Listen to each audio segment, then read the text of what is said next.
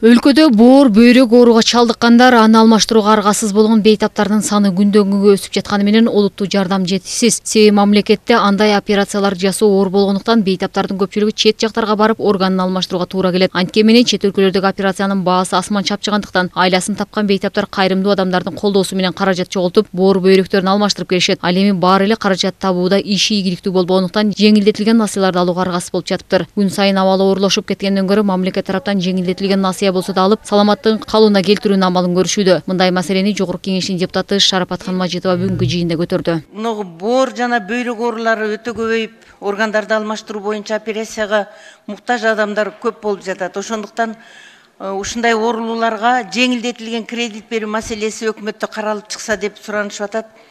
Ушуга жардам беришин өтүнүштү да. Кыргызстанда боор бөйрөгүнүн жабыркагандарды органын алмаштырганга жеткирбөө үчүн медициналык текшерүүлөрдү, эмдөөлөрдү жүргүзүү маселеси курч экендиги буга чейин эле айтылып келген. Мындан улам кийинки жыйындарга саламаттыкты сактоо министрин чакырып, улутка коркунуч жаратып жаткан гепатит тууралуу маалымат алалы деп депутат Нурламбек Шакиев мурдагы жыйындардын биринде эле айтканы маалым. Себеби оору курч кеңири жайылып, билбестиктен өтүштүрүп алгандар арасында өмүрү менен кош айтышкандар да бар. Бүгүнкү жыйында кайрадан бул теманы көтөргөн эл өкүлү жарандарга жапырт эмдөө жүргүзүү, жакындан жардам көрсөтүү сунушун билдирди. Эмдөө иштери өтө жай жүрүп атат. Анын үстүнө ошо гепатитке чалдыккан адамдарды дарылоо бир тең болсо, ошо эмдөө жүргүзүп, алардын алдын алуу, оорунун алдын алуу бул чоң маселе да, башкы маселе. Ошон үчүн өкмөт, министрлер кабинети ошол биздин жарандарга жардам бериш керек болуп атат. Ошол керек болсо эки этап менен эмдөө иштери жүргүзүлөт экен. Ошонун акчасы орточо 700 сомдон экен бир жолку эмдөөсү. Ошого компенсация кылып, бул жапырт эмдөө жүргүзбөсө, бул абдан чоң коркунуч болот.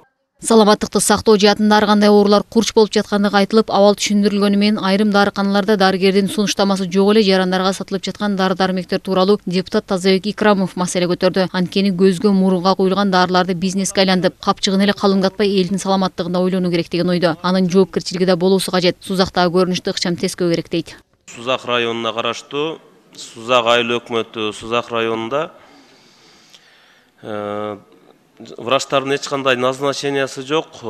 Бүгүнкү күнү жаштарыбызга көзгө куюучу дарыны сатып атат. Тропикамид дегенди сатып атат. Бунда наркотический средства бар экен да. Буну биздин жаш балдар бүгүнкү күнү мурдуна куюп, ошол жерден ден соолугуна бир топ зыян келтирип атат. Мына ушуну контролго алыш керек. Ал жерде жергиликтүү ата-энелердин кайрылуусу түшүп атат ушул маселе боюнчачы. Аймактардагы маселени улай эле дагы бир эл өкүлү Чыңгыз Айдарбеков Орок айыл өкмөтүнө караштуу жолдордун көйгөйүнө токтолду. Жүк ташуучу ири унаалар өтө берип, айылдын жолу талкаланып бүттү. Ансыз да жарыктандыруу жок. Тар көчөлөр боюнча жергиликтүү элдин тынымсыз кайрылуу келип жатыптыр. Транспорт министрлигинен атайын комиссия текшерүү зарыл. Орок айыл өкмөтүнүн аймандагы жергиликтүү жана мамлекеттик маанидеги жолдор менен 100дөн ашуун чоң жүк ташуучу машиналар, ховалар өтөт. Өтө кооптуу чоң ылдамдык менен айдашат, күнүгө адамдын өмүрүнө коркунучтуу кырдаал жаратышат. Асфальтты тешип бүтүштүү, оюлган, тешилген, одуралган, быпыраган асфальтта айдоо мүмкүн болбой калды. Карьерлер кирпич заводунун ээлери жолду оңдоого бир да тыйын беришпейт. Урматтуу Алмаз Ахунжанович, транспорт министрлигине кайрылат элем. Орок айыл өкмөтүндөгү жолдорду комиссия жөнөтүп текшерүүңүздөрдү суранам.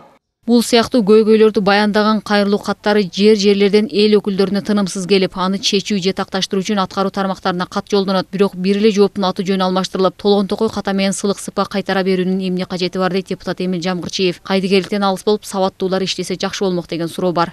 Ар бир жыйында депутаттар, коллегалар тараптан көптөгөн сунуштар берилет, айтылат. Бирок тилекке каршы ошолордун баары кагаз жүзүндө гана калып атат да.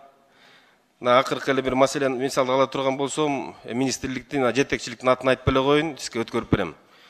Болгон 3 сүйлөм жазат, 3 сүйлөмдүн 10 ката чыгып атат да. Бул деген жетекчилик каяка карап атат? Бул маңызында караган жок, бул жөн эле карап эле кое берген да. Бул коендой окшош да, ар бир кагаз бири-бирине жообу. Бир эле шаблон менен кете берет да. Жыйында азык-түлүк маселесине байланыштуу доллар курсунун төмөндөгөнү менен баалардын арзандабай жаткандыгы, спортчуларды колдоо, билим берүү тармактарындагы өксүктөр, туризмге бөлүнгөн каражаттын кандай жумшалаары тууралуу ар кандай багыттагы суроолор өкмөттүн өкүлүнө жолдонду. Жокко чыгат. Ошон үчүн мен суранат элем. Шекер Саттыбалдиева, Аскар Маратов, Нью ТВ.